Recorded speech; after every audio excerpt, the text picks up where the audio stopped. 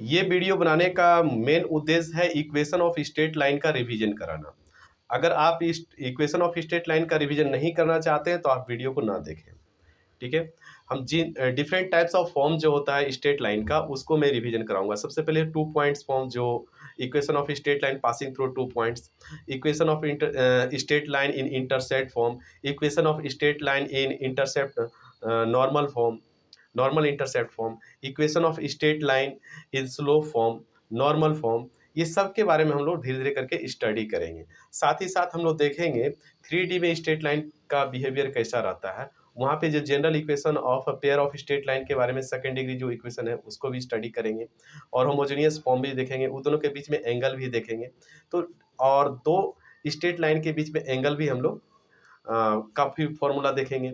उसके बाद ये भी देखेंगे कि दो लाइन एक दूसरे के ऊपर परपेंडिकुलर होता है तो उसका क्या कंडीशंस होता है, दो लाइन जब पैरेलल होता है तो उसका कंडीशन से क्या होता है। तो ज़्यादा से ज़्यादा ये जो वीडियो है इसका मेन मकसद ये है कि स्ट्रेट लाइन से रिलेटेड कोई भी चीज़ें हैं तो उसका मैं क्या कर सकता हूँ, आपको रिविजन करा सकता हूँ। ठीक है, चलिए स्टार्ट करते हैं। तो अब देखिए इक्वेशन ऑफ स्ट्रेट लाइन, सबसे पहला जो फॉर्मूला आता है आप 11th क्लास में पढ़े होंगे। Equation of straight line passing through 2 points. मान लेते हैं ये पॉइंट्स क्या है, x1 और y1 है, राइट। और ये पॉइंट मान लीजिए कि x2 और y2 है। तो equation of straight line passing through 2 points में क्या होता था कि दो पॉइंट लेते थे कार्टेशियन, यहाँ पर x एक्सिस y एक्सिस लेते थे और उसका इक्वेशन हम लोग फाइंड आउट करते थे। अभी हम डेराइव नहीं करेंगे, मैं डायरेक्ट फॉर्मूला लिखने जा रहा हूँ। इसका फॉर्मूला था y minus y1 divided by y2 minus y1 is equal to x minus x1 divided by x2 minus x1। ठीक है। अब देखिए इसको कैसे याद रखेंगे। यहाँ पर y1 है तो यहाँ पर भी y1 है, यहाँ पर x1 है तो यहाँ पर भी x1 है, या फिर आप जैसे भी याद रखे हैं ऑलरेडी पहले से तो वैसा ही याद रखिए। ठीक है, नया तरीका मत अपनाइए। ओके, ये हो गया equation of straight line passing through 2 points. जब 2 पॉइंट से कोई भी स्ट्रेट लाइन पास करेगा तो इसका फॉर्मूला, ये फॉर्मूला को आप क्या कर सकते हैं, यूज कर सकते हैं। नेक्स्ट हो गया equation of straight line in intercept form. मतलब एक्स एक्सिस पे कहाँ पर इंटरसेप्ट करेगा और वाई एक्सिस पे जो इंटरसेप्ट करेगा, तो इक्वेशन ऑफ स्ट्रेट लाइन हम लोग कैसे लिखेंगे, उसका फॉर्मूला क्या होगा। तो मान लेते हैं कि ये कोई स्ट्रेट लाइन है, ठीक है, और ये स्ट्रेट लाइन एक्स एक्सिस पे, मतलब यहाँ पर ए डिस्टेंस इंटरसेप्ट कर रहा है और ये वाई डिस्टेंस क्या कर रहा है, इंटरसेप्ट कर रहा है।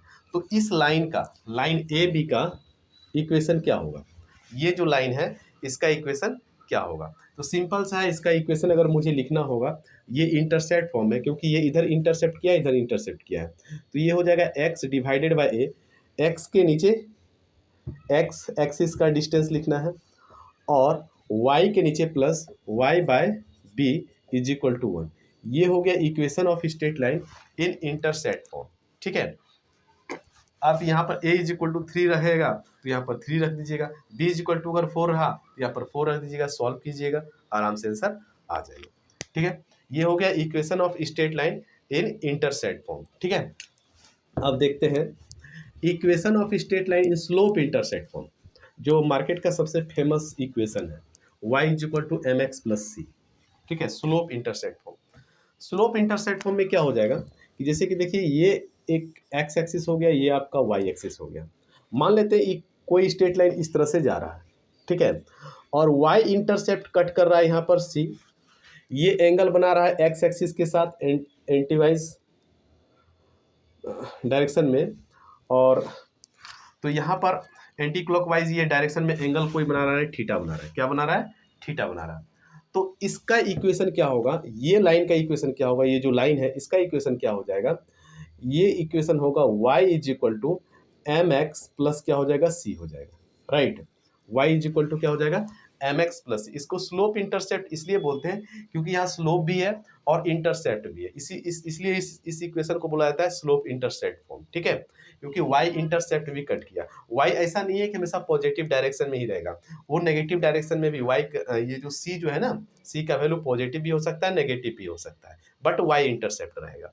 ठीक है, ये हो गया y is equal to M X plus क्या हो जाएगा, c हो जाएगा। Where m is equal to क्या हो जाएगा, where m is equal to क्या हो जाएगा हमारा टेन थीटा हो जाएगा, m इज इक्वल टू क्या हो जाएगा हमारा टेन थीटा हो जाएगा। ठीक है, ये हो गया स्लोप इंटरसेप्ट फॉर्म।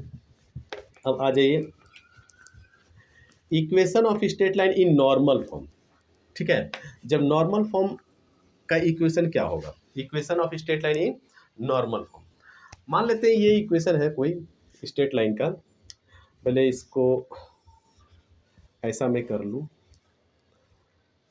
ये हो गया नॉर्मल। नॉर्मल हमेशा समझ जाइए, जब भी नॉर्मल बोले ना तो आप समझिए फ्रॉम द ओरिजिन, ठीक है, टू द स्ट्रेट लाइन। ये नॉर्मल डिस्टेंस आपका पी हो गया।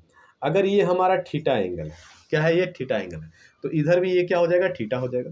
तो ये जो इक्वेशन होगा, ये लाइन का इक्वेशन, इस लाइन का इक्वेशन क्या हो जाएगा, ये लाइन का जो इक्वेशन होगा आप याद रख सकते हैं इसको, X cos theta plus Y sine theta is equal to क्या रखेंगे याद इसको, पी। कभी कभी थीटा की जगह पर कुछ लोग अल्फा लिखता है, कोई दिक्कत नहीं, आप लिख सकते हैं, अल्फा भी लिख सकते हैं, ठीक है। लेकिन ये जो हो गया आपका नॉर्मल फॉर्म का हो गया। ये जो नॉर्मल डिस्टेंस है from the origin to the straight line क्या कहलाता है, पी कहलाता है, ठीक है। तो X cos theta plus Y sine theta is equal to क्या हो गया, पी हो गया। अब दो बातें और मैं डिस्कस कर लेता हूँ। Distance between A point and straight line, देखिए एक तो ये मैं डिस्कस कर लेता हूँ, distance between A point and straight line, एक स्ट्रेट लाइन और एक पॉइंट के बीच का डिस्टेंस क्या होगा। तो सिंपल सा है कि यहाँ पर मान लेते हैं कोई पॉइंट पी है, ठीक है, और इस पी पॉइंट का कोऑर्डिनेट कितना दिया हुआ है, x1 y1 दिया हुआ, राइट। और ये कोई स्ट्रेट लाइन है, और इसका इक्वेशन क्या दिया हुआ भाई, इसका इक्वेशन दिया है मान लेते हैं A X plus B Y plus C is equal to 0, ये इक्वेशन दिया हुआ है, ठीक है। तो यहाँ से यहाँ तक का जो डिस्टेंस होगा, ये डिस्टेंस क्या होगा, ठीक है ना। अगर यहाँ पर P है और ये अगर D ले लेते हैं तो PD डिस्टेंस जो होगा, PD डिस्टेंस ये क्या कहलाएगा हमारा, कैसे इसको हम लोग फाइंड आउट करेंगे। सिंपल सा तरीका है, यहाँ से ले आइए डिस्टेंस को आप, distance PD is equal to क्या हो जाएगा, P से D के बीच का डिस्टेंस से क्या हो जाएगा, जहाँ जहाँ पर वेरिएबल है x, तो x की जगह पर हम लोग x1 पुट कर देंगे, y की जगह पर हम लोग y1 पुट कर देंगे।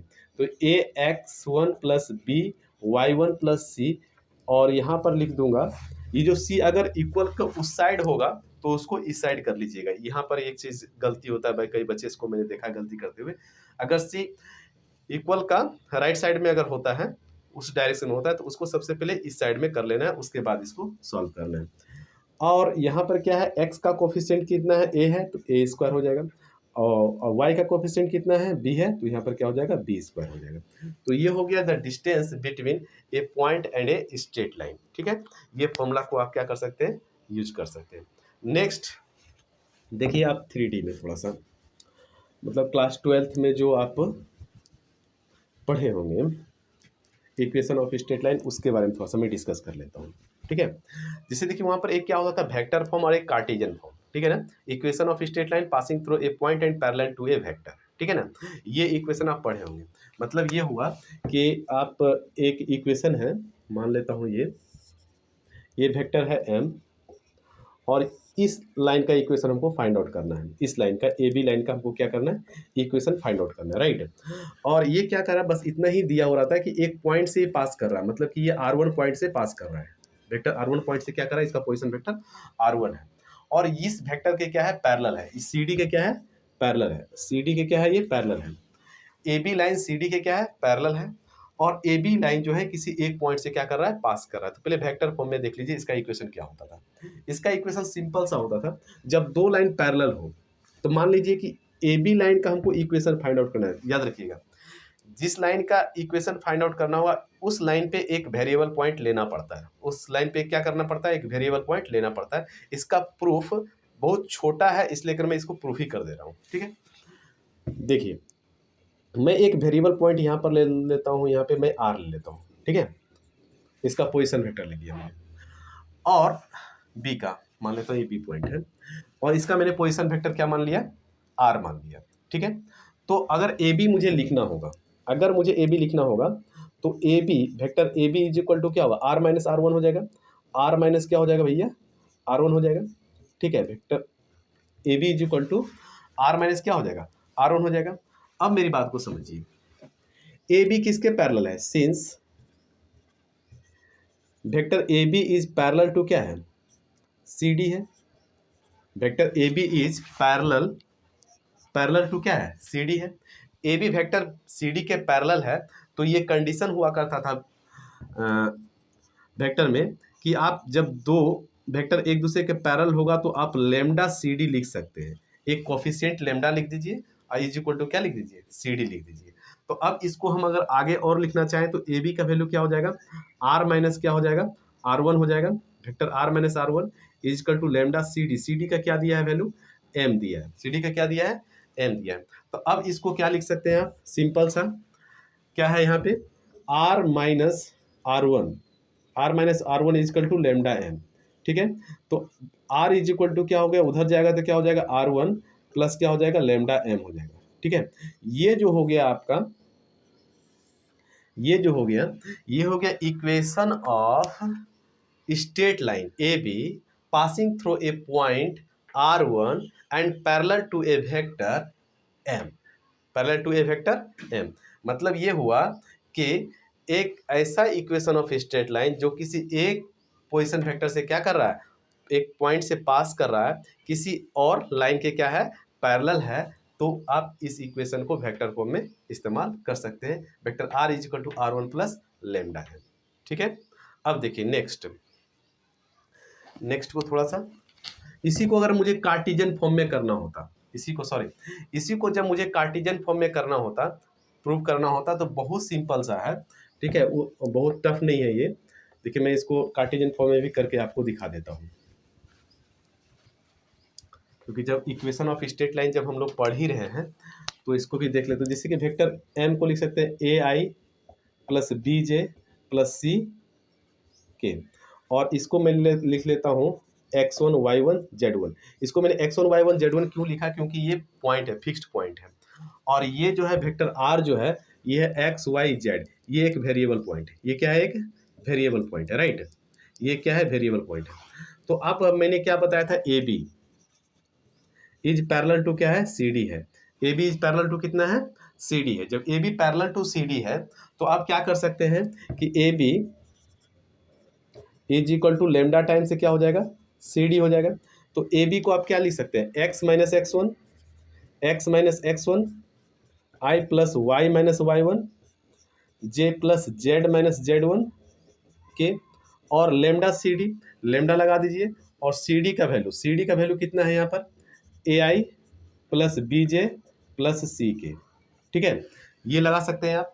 और इसको लगाने के बाद आप क्या कर सकते हैं, जब लेमडा का वैल्यू आप निकालिएगा, इक्वेट कीजिएगा दोनों को, दोनों साइड आई के कोफिशिएंट के साथ इक्वेट कीजिएगा बाय इक्वेटिंग द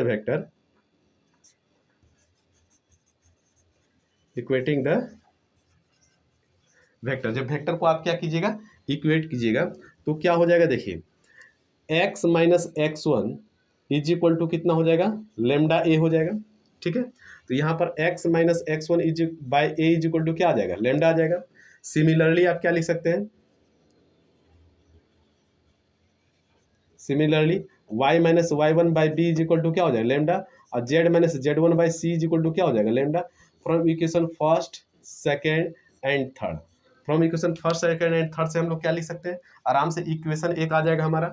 कौन सा इक्वेशन आएगा, थोड़ा सा इसको डीप में मैं लिखता हूँ धीरे धीरे करके।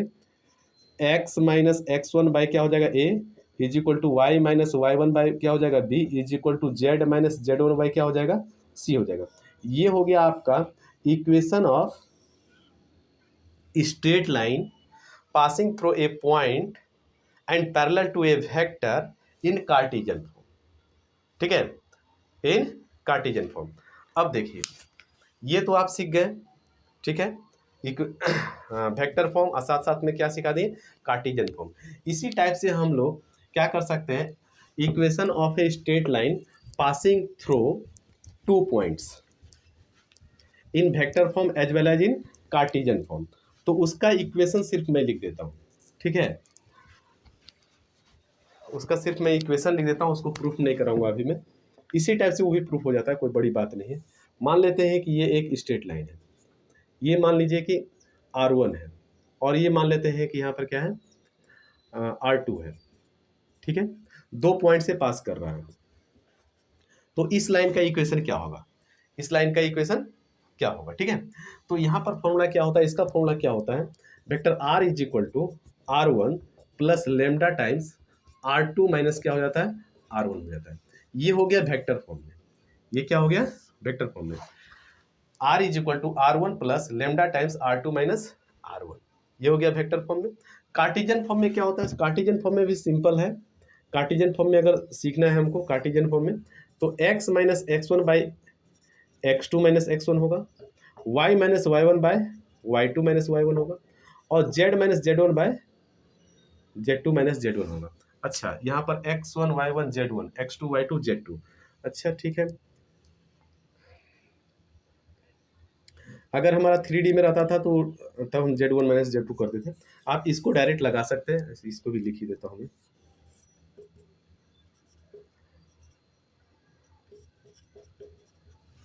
ये हो गया इक्वेशन ऑफ ए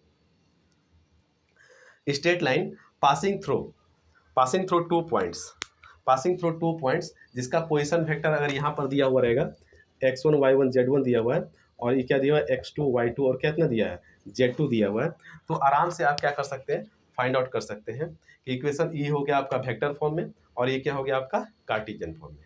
ठीक है, ये हो गया आपका अभी तक जो मैंने सिखाया, जो भी रिवीजन कराया, सिखाया क्या, जो मैंने रिवीजन कराया वो है इक्वेशन ऑफ स्ट्रेट लाइन। अभी देखिए और भी बाकी है इक्वेशन ऑफ स्ट्रेट लाइन, वो क्या है 3D में जो आपको पढ़ना होमोजेनियस फॉर्म से, सेकेंड डिग्री इक्वेशन फॉर्म से, वो मैं अगले क्लास में कराऊंगा।